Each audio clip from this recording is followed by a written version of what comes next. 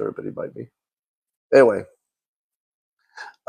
his story, if I have it right, is that he was the CEO of Overstock, and sometime in his past, he had worked with the FBI on some things they needed a volunteer CEO to do. So he had some past connection with them that worked out well for them and well for him, I guess. He was a good patriot and helped out the FBI. So time passes, and in 2016, I swear to God, this is what he says.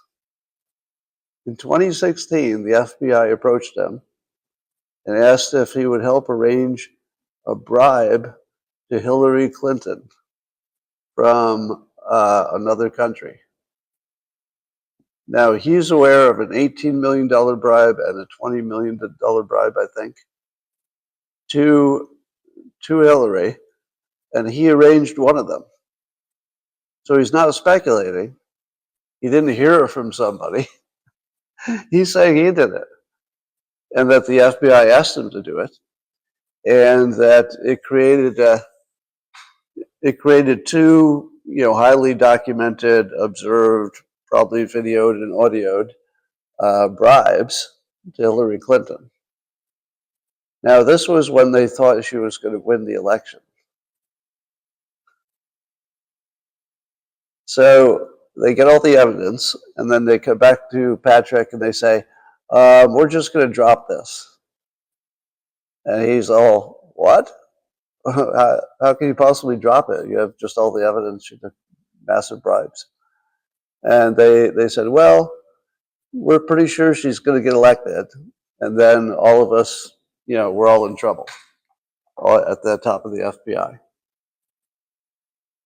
But his theory, Patrick's theory, is that the real story is that Obama was setting up Hillary for blackmail, and that it was Obama's handpicked, FBI type people who were the ones who were behind this plot. Meaning that it wasn't about taking Hillary down and proving anybody was a criminal.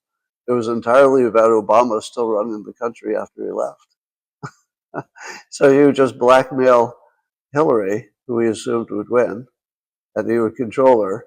Now here's the part where Patrick Byrne, used to be the CEO of Overstock.com.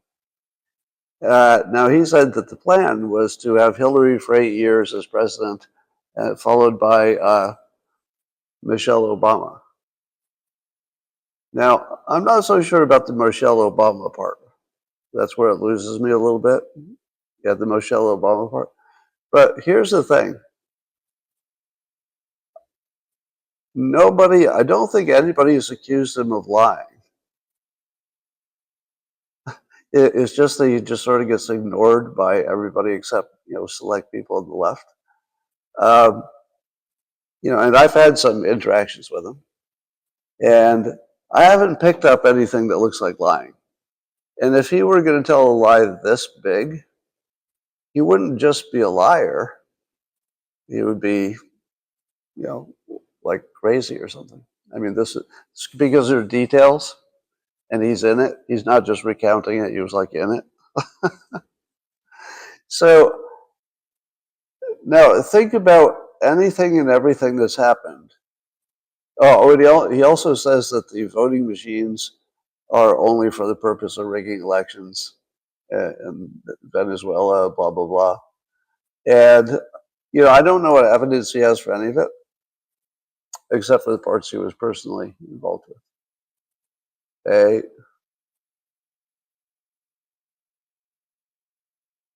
So why do you think that he can have that story and he's not either pilloried for lying or it's the only story in the world that matters? It's literally because everybody just doesn't want to touch it, right?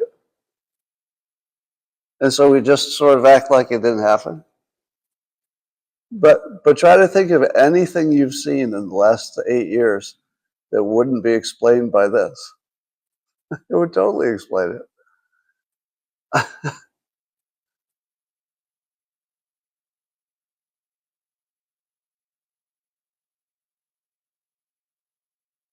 Big Mike.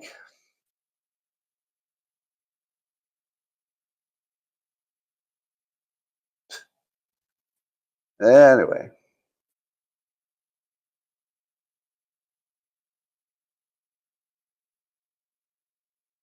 The video of him with the curtains backdrop.